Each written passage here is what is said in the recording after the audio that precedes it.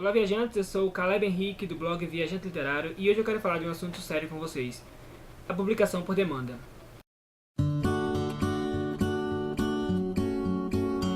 Li tem pouco tempo um desabafo de um escritor que preferiu se manter anônimo e assinar como Ghostwriter, que é escritor ou escritora fantasma.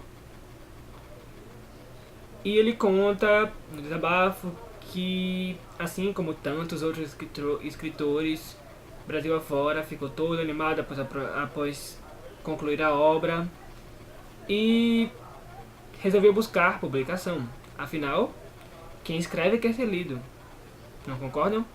Então ele saiu buscando por editoras que aceitassem o envio de originais e o fez. Encontrou uma que parecia muito boa, estava apoiando bastante a literatura nacional e parecia que nada podia dar errado.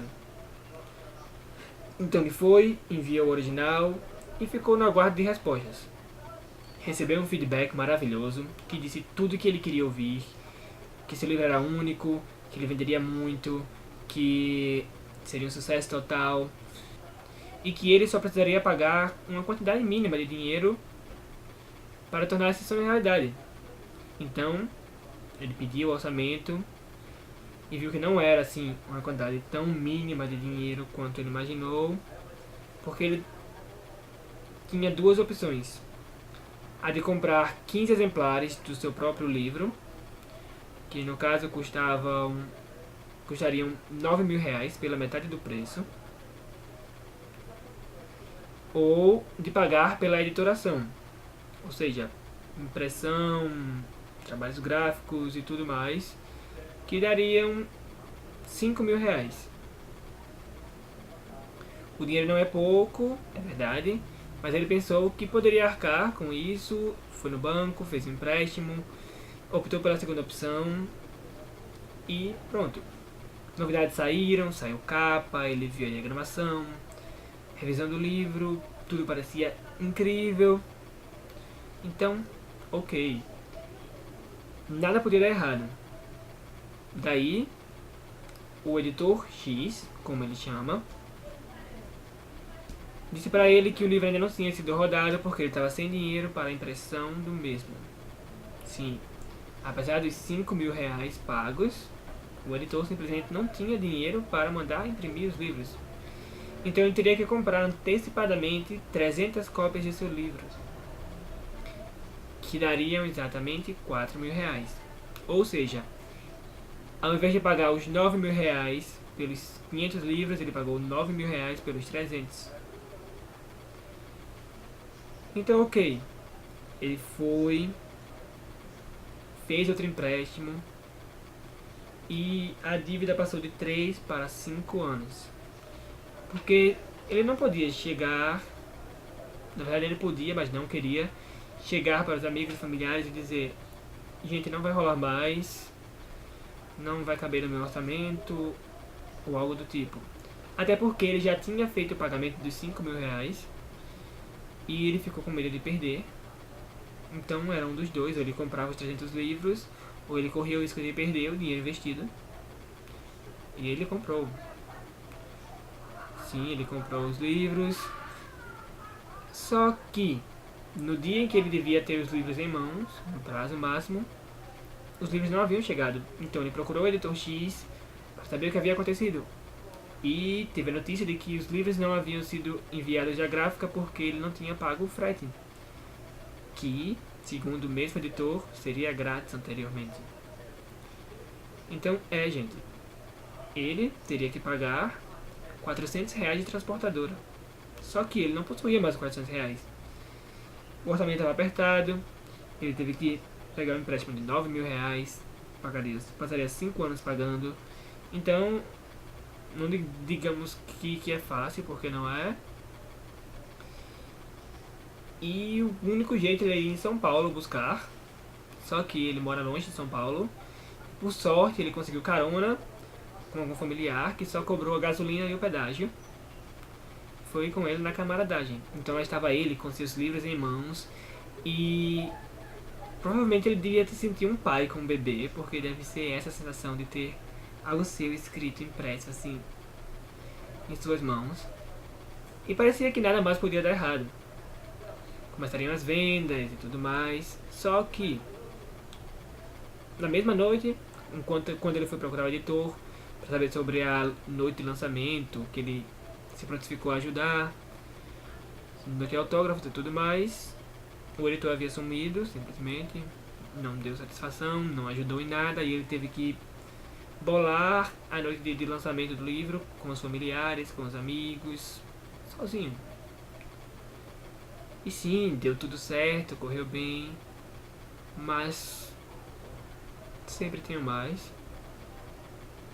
A editora não aceita reclamações, a editora deixa passar erros de digitação, de diagramação, não em todos, mas em alguns casos, como ele cita no desabafo, que eu estou postando o link aqui para o blog na íntegra, e vocês podem ler e vem com as palavras do próprio escritor ou escritora que aconteceu.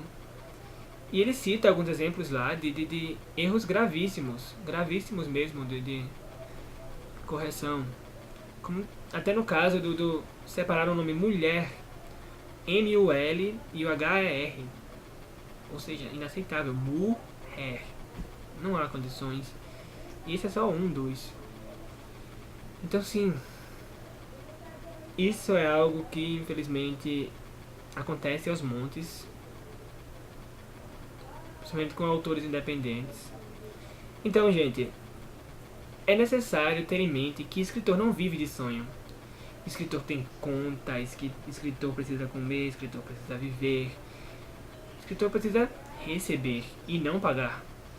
Então, pessoal, se você escreve, se você quer ter seu livro publicado, pensa bem, analisa bem as opções, não caia numa roubada dessa. Procure um agente, melhore seu trabalho, vá atrás, mas não caia numa dessa, porque infelizmente não vale a pena. E você que é leitor, para com esse preconceito. Não todos, mas grande parte ainda tem esse preconceito de que livro nacional só fala de sexo, livro nacional é ruim, livro nacional é chato. Como amante da literatura nacional que eu sou, eu cresci lendo Pedro Bandeira, eu cresci lendo Ana Maria Machado, Lígia Bojunga, Ziraldo, Monteiro Lobato, Li Machado de Assis, José de Alencar. Gente, Clarice Lispector, que é brasileira de coração. E, gente, tem o Caio Fernando Abreu e tem tantos, mas tantos outros escritores incríveis, como eu não posso deixar de citar a Cris, que é escritora de Sob a Luz dos Seus Olhos, Meus Melhores Rascunhos. Tem o Nanuca, com Camundo, O Ladrão de Destinos. Tem a Roberta, com Os Contos de Megan. O Denis, com O Entregador de Bonecos. O Rubens, com Carmelo Lorenzo. Tem a Paula Pimenta aí, que está sendo publicada em inglês agora pela Gutenberg. Me deixa todo orgulhoso de ser brasileiro. Inclusive vai sair na coletânea da Record, agora em, creio que meados de junho, com escritoras internacionais conhecidas como a Meg Cabot, como a Lauren Kate, gente, que é um dos meus amores maiores, que é a Lauren Kate, eu sou muito fã dela. E, gente, isso é muito legal. Eu tenho que enfatizar o muito, porque eu fico todo cheio de orgulho. E daí também já aproveito para indicar uma petição que tá rolando no Facebook, que tá rolando por aí na internet, que é Eu Leio Brasil, uma campanha para incentivar a literatura nacional. Eu acho muito digno, porque tem muito escritor bom nessa nova levada. Tem muita gente boa aí precisando ser lida, querendo ser lida. Então vamos dar uma chance, assine a petição, ajude os escritores brasileiros, vamos apoiar a literatura nacional, já que é nosso, é um patrimônio nosso. Então nos orgulhemos disso, porque tem muita gente boa mesmo. E você que é escritor, sério, não caia numa besteira dessa. Se informe mais, procure mais.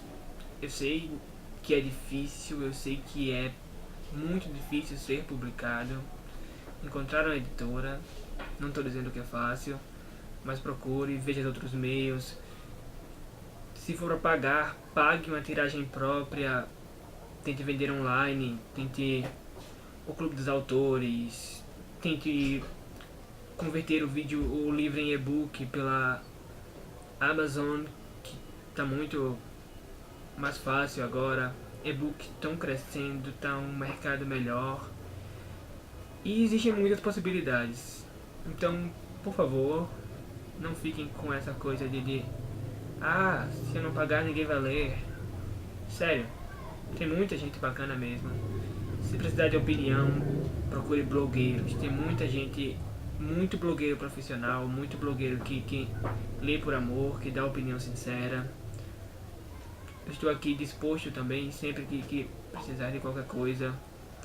Divulgação para literatura nacional, sou muito fã, então eu divulgo com muita honra. Leio também com muita honra, enfim. Faça isso, busque leitores. Faça assim, vá no boca a boca, Scoob, Facebook, crie uma página, um blog. Fale para o mundo, mas não faça isso, não pague um absurdo para ser publicado, porque você tem que receber e não pagar.